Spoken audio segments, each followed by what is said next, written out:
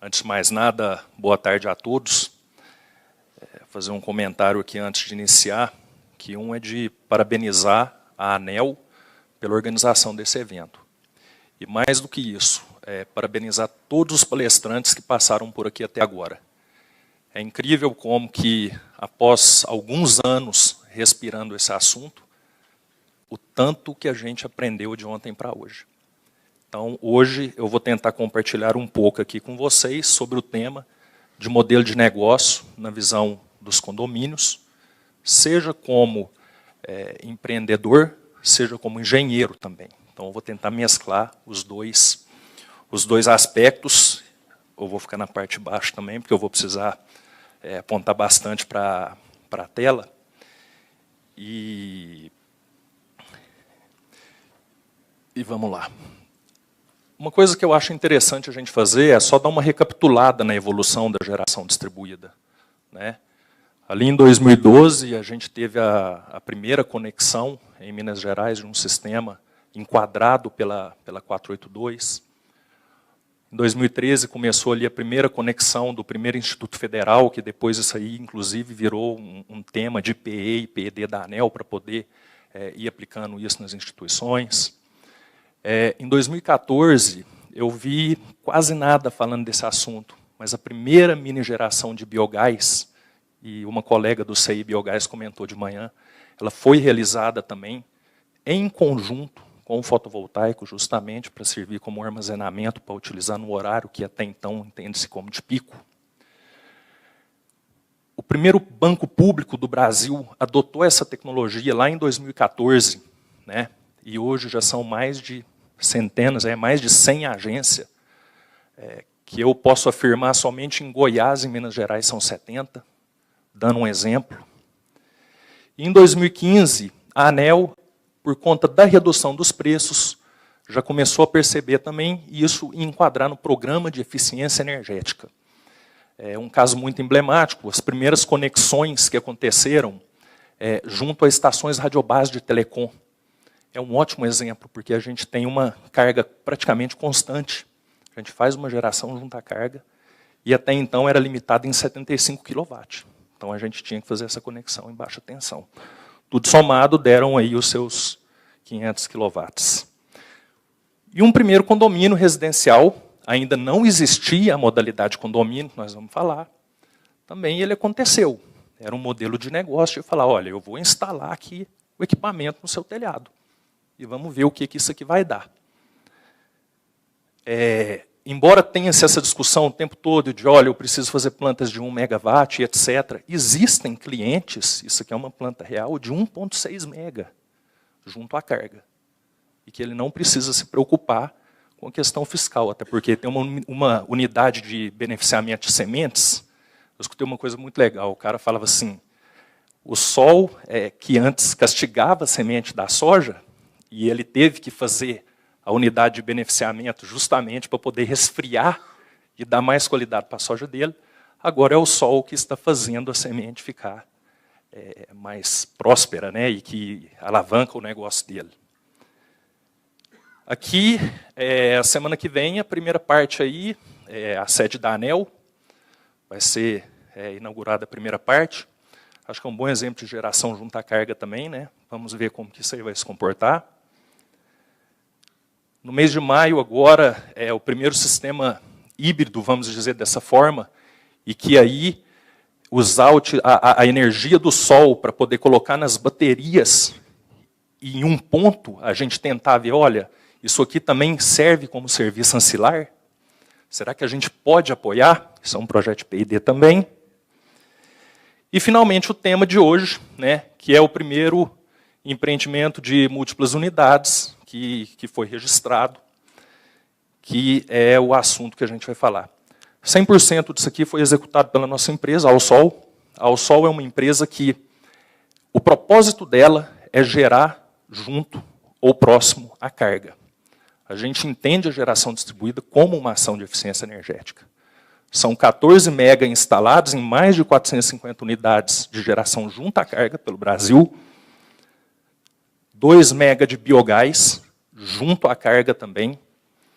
E atualmente, dos 11 mega em construção, que 70% serão utilizados em alto consumo remoto, nós não estamos em nenhum caso a mais de 7, 8 quilômetros da subestação de um grande centro de carga, que no caso é a cidade de Uberlândia. Então, entrando no nosso tema, quando eu recebi o convite para poder vir aqui, aí colocaram lá, né, quais são os desafios e oportunidades nos modelos de negócio de EMUC com a GD estabelecido pela 482.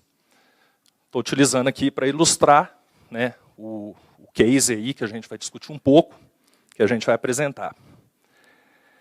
E aí, estudando a nota técnica, que foi divulgada aí no último dia 25 de maio, algumas palavras-chave chamaram a atenção. Elas estão aqui evidenciadas em amarelo.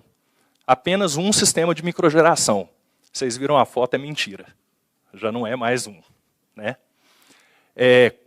Condomínios residenciais comerciais, e ali está, que gerem e compensem localmente. Então, eu estou entendendo que o que a ANEEL queria e quer, né, é de falar, olha, os condomínios são grandes cargas, então vão poder gerar ali junto.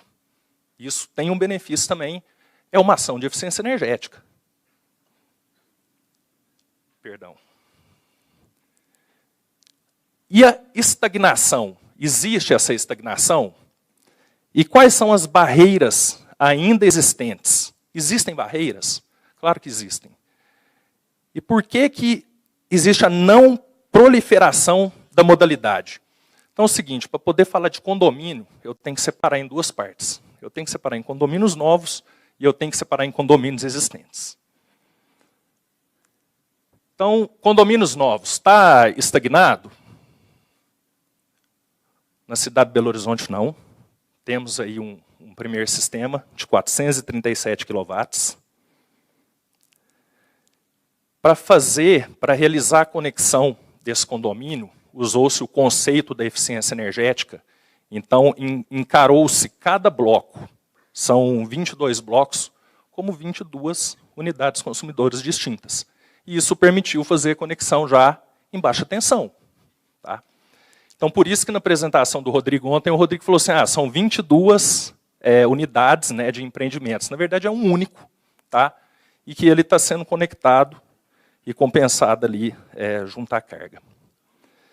Ou seja, é uma ação de eficiência energética, porque a gente está exatamente do lado da baixa tensão, então muito provavelmente você vai gerar e já vai consumir pelos apartamentos.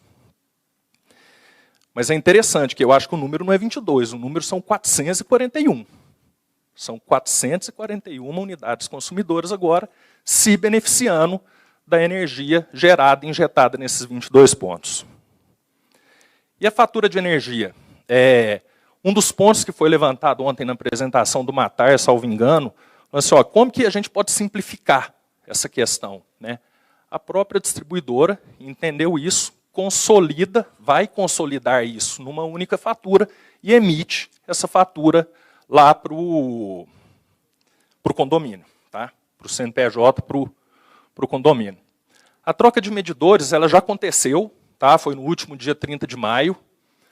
Aqui vocês podem ver algumas imagens. Um ponto que eu chamo a atenção aqui, que você vê, né? Tipo assim, a gente tem um barramento único, e ali escolheu-se, então, troca o medidor da área comum, e tudo que foi injetado compensa nas unidades daquele bloco. O racional é esse.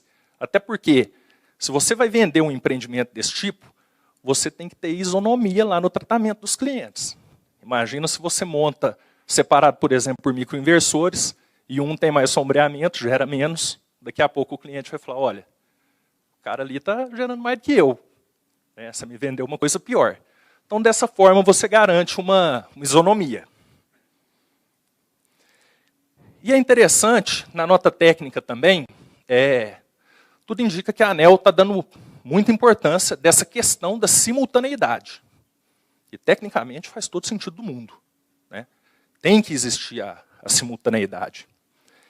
E a simultaneidade, ela impacta, né, inclusive, nos benefícios financeiros que vai acontecer. Exemplo, se eu tenho aqui além do cenário 0, os outros 5 cenários, vamos pegar o caso mais extremo.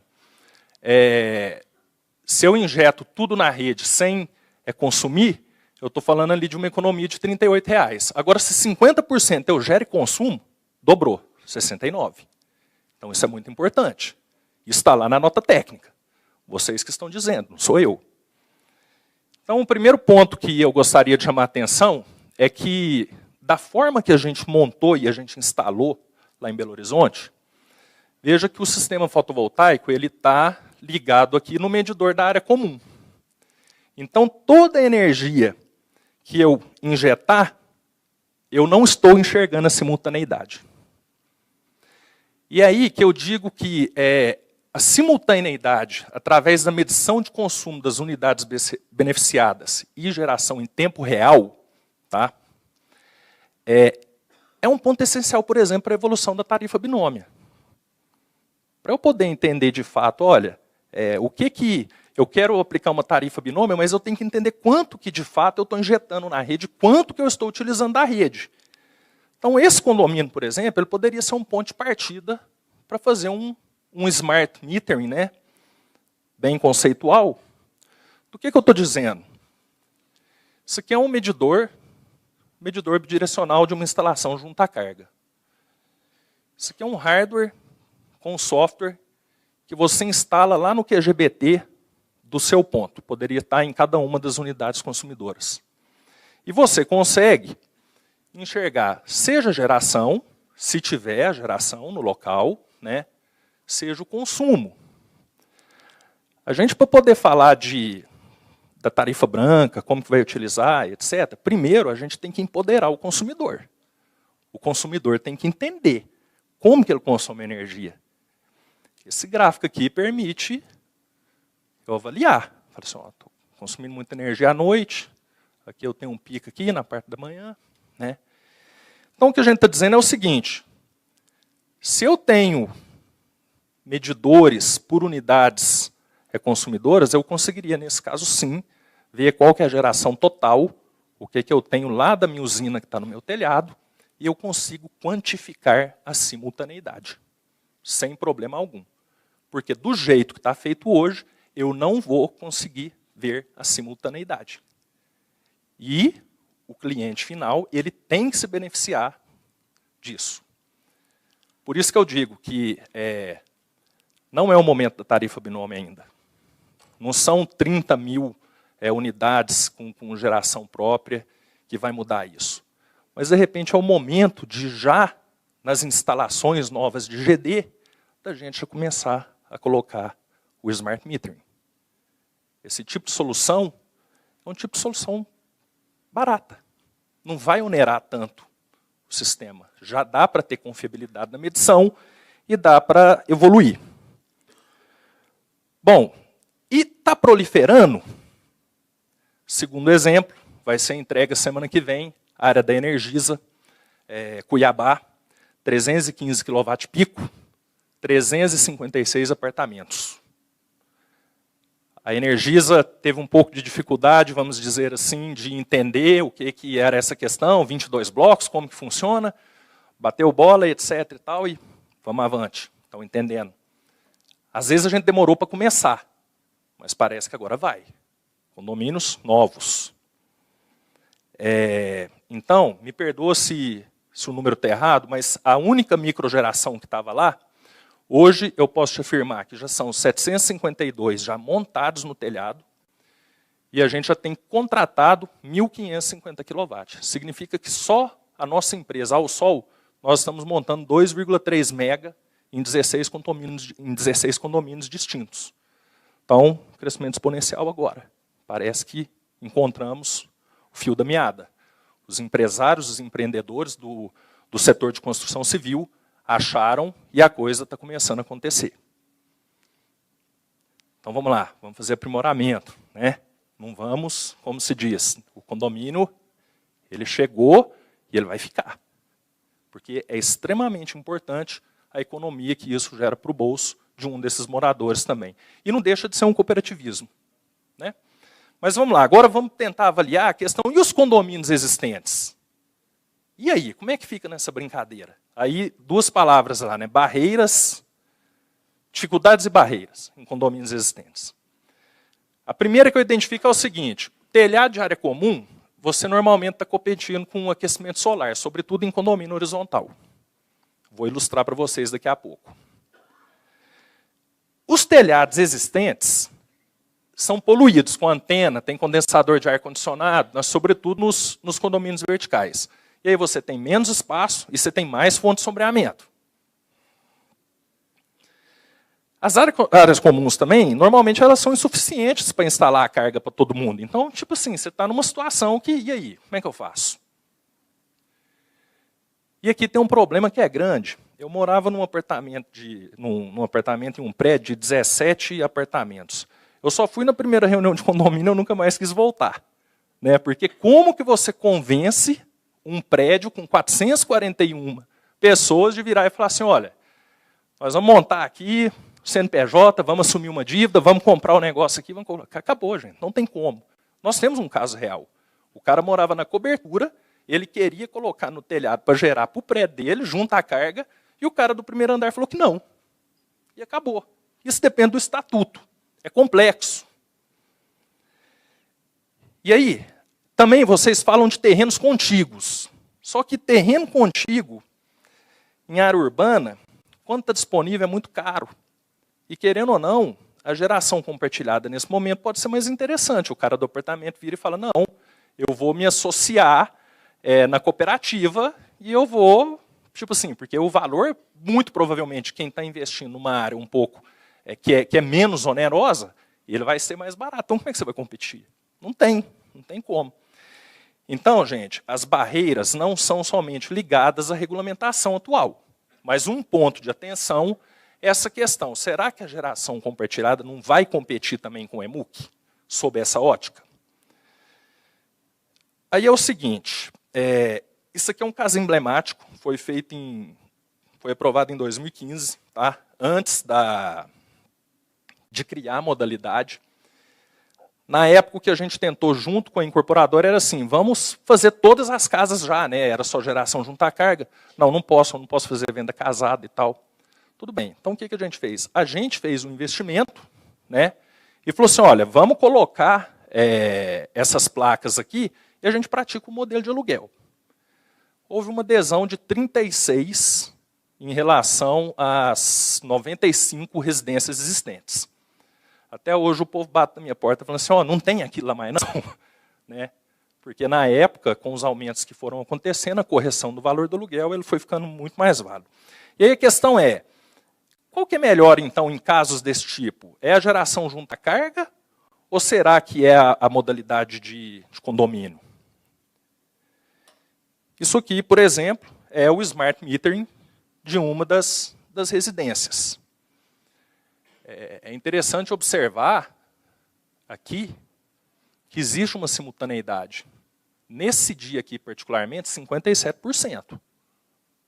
E se pegar as medições desde outubro a abril para essa unidade específica, 47%. Agora, isso é verdade para todo mundo? Não. Aí que está, existem perfis e existem perfis. Aí você vende um sistema e fala assim, esse aqui é um sistema de 3K e você vai ter a energia aí. Tem cara lá que está abarrotado de crédito e ele não tem segundo imóvel, então ele... E aí a modalidade de condomínio ela passa a ser um pouco mais interessante. Por quê? Porque você consegue equilibrar, você consegue calibrar. Fala, olha, aqui vai tanto para o Daniel, aqui vai tanto para o Hugo, né? E assim a gente vai fazendo. E mais ainda, eu adorei a apresentação do professor Valmir, eu não o conhecia, né? E é muito interessante, eu como engenheiro também. E aí são alguns pontos de atenção, né? Porque veja bem, nesse dia eu gerei de solar, cadê aqui? 3,1K. Mas que passou pela rede foi só 2,3. E por pouco tempo. E a potência máxima de consumo que eu puxei da rede foi 2,4. Então a mesma potência que eu puxei da rede eu injetei mais ou menos na mesma proporção.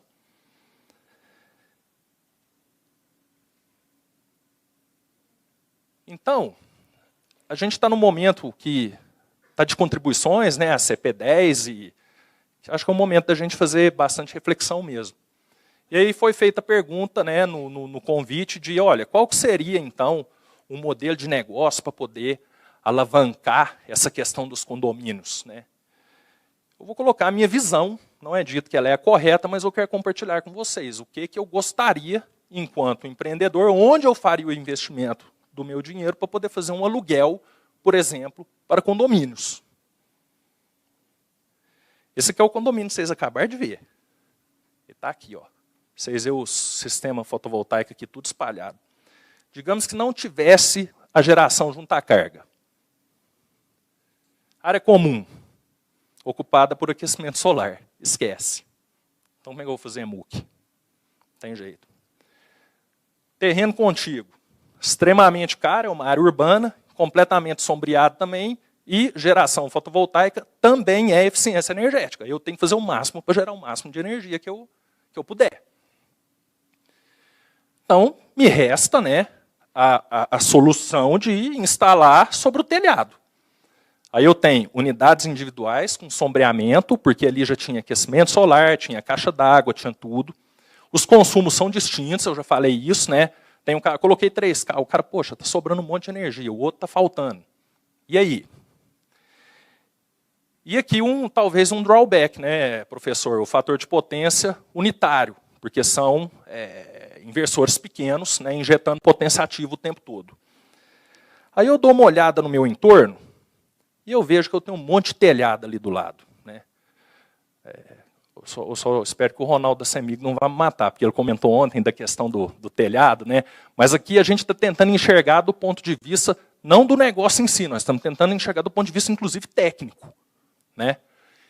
Então, se eu tiver, eu não sei se ali está no mesmo alimentador, mas se eu tiver, querendo ou não, estou fazendo uma geração junto à carga também, dependendo do ponto que eu tiver. Eu tenho uma área aqui suficiente, eu gero mais energia, porque eu posso orientar melhor, não tem fonte de sombreamento, a gente tem um albedo, a gente está falando em modos bifaciais e etc. Né? Eu posso calibrar a destinação de créditos, posso falar, não, esse aqui está consumindo mais, aquele menos, eu vou e calibro. Né? E é uma ação de eficiência energética e eficiência financeira também. Vou explicar para vocês por que da ótica de ser uma eficiência financeira também. E uma coisa que a gente pode fazer antes de tomar uma decisão dessa é medir o consumo das unidades antes. A gente tem disposição para fazer isso. Instalar lá os nossos medidores que nós fizemos e a gente começar a entender, já que eu não posso, que eu não conheço a parte do, como se diz, do alimentador, eu vou medindo por unidades separadas. Então, eu só tenho 5 minutos, eu vou acelerar. Isso aqui é interessante. Observando isso aqui, né, eu falo assim, olha, vamos ver aqui qual seria o consumo de carga desse prédio. É um prédio de 5 andares. Pegamos um único andar e medimos ali qual que era o circuito de ar-condicionado. E quando a gente fala em sinal locacional, em sinal temporal, nesse dia de semana que a família estava viajando, né, se eu tivesse cá em cima, eu tenho 100% de simultaneidade. E aí, chega no fim de semana, eu tenho um problema, né? Porque o prédio não funciona, o ar-condicionado não está ligado, mas a família vai ficar em casa. E aí, você querendo ou não, eu vou fazer uma analogia aqui. A gente não fala que o eólico e o solar, eles não são complementares? Por que eu não posso achar uma complementaridade, então, de carga e um dado local? Desde que esteja no mesmo circuito. É uma visão, é um ponto a se pensar. Então, gente, eu tirei isso aqui do texto da ANEEL, né? Ressalta-se que a questão, né? Eu posso arrendar meu telhado, né? Então, estou dizendo, ó, vou arrendar o telhado, então, lá para o condomínio. Só que aqui fala, a nova unidade pode fazer isso, mas tem que potência disponibilizada com valor no mínimo igual à potência instalada. Ou seja, eu vou ter que contratar uma demanda dependendo do valor. Digamos que são 200K. Agora, se eu faço uma ação de eficiência energética em um local, eu instalo, troco toda a iluminação, coloco LED, e eu diminuo o consumo, eu tenho que pagar alguma taxa de utilização do sistema de distribuição? Não, eu entendo que eu estou trazendo até um benefício para ele. Então, será que identificando dessa forma não pode ser visto como uma ação de eficiência energética? Mesmo bairro de sempre. Por um acaso eu moro lá, viu, gente? Então, por isso que eu tenho essa paixão pelo bairro também. Aqui é um data center, um call center. A gente instalou 700 kW de fotovoltaico lá. Nunca injetou 1 kWh. Nunca injetou 1 kWh. Está em operação desde 2015. Poxa. E aí eu começo a olhar aqui, telhado é o que não falta.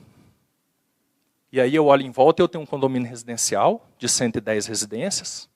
Eu olho aqui, tem um prédio de 5 andares ali com mais 240 apartamentos, tudo em baixa tensão. Eu olho de cá, ainda sobrou as casas que nós não colocamos junto à carga, e tem mais um outro condomínio, já são 59 com 20. Eu olho aqui, tem um condomínio comercial vertical, com mais 40 unidades consumidora. Né? Por que eu não posso, então, identificar pontos, independente do modelo contratual que o cara tem, e te falar, olha, vamos montar aqui um medidor, né? Vamos colocar aqui e vamos despachar aqui os créditos que são gerados por essa medição para essa unidade de baixa tensão.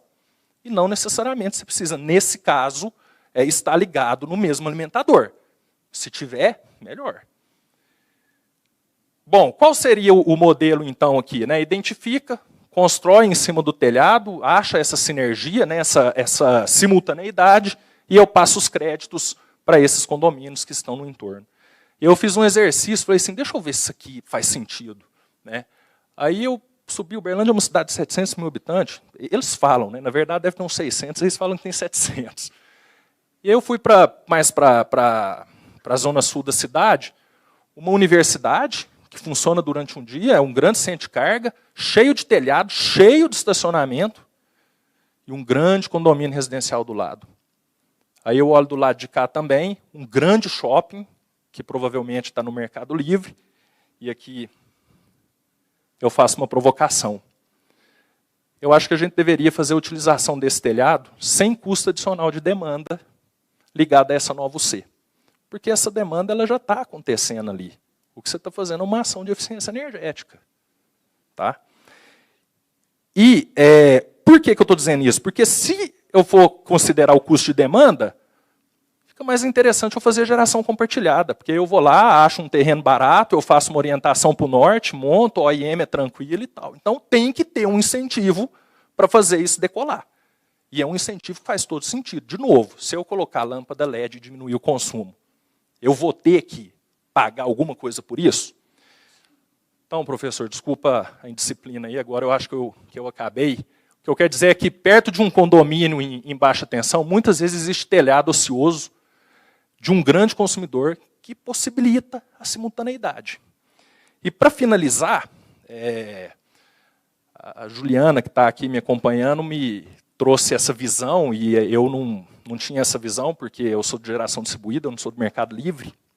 E ela falou, olha, será que isso aqui pode ter uma taxa de adesão? Quando a gente dá o sinal econômico, e tecnicamente também ele faz sentido e ele pode ajudar, a coisa acontece.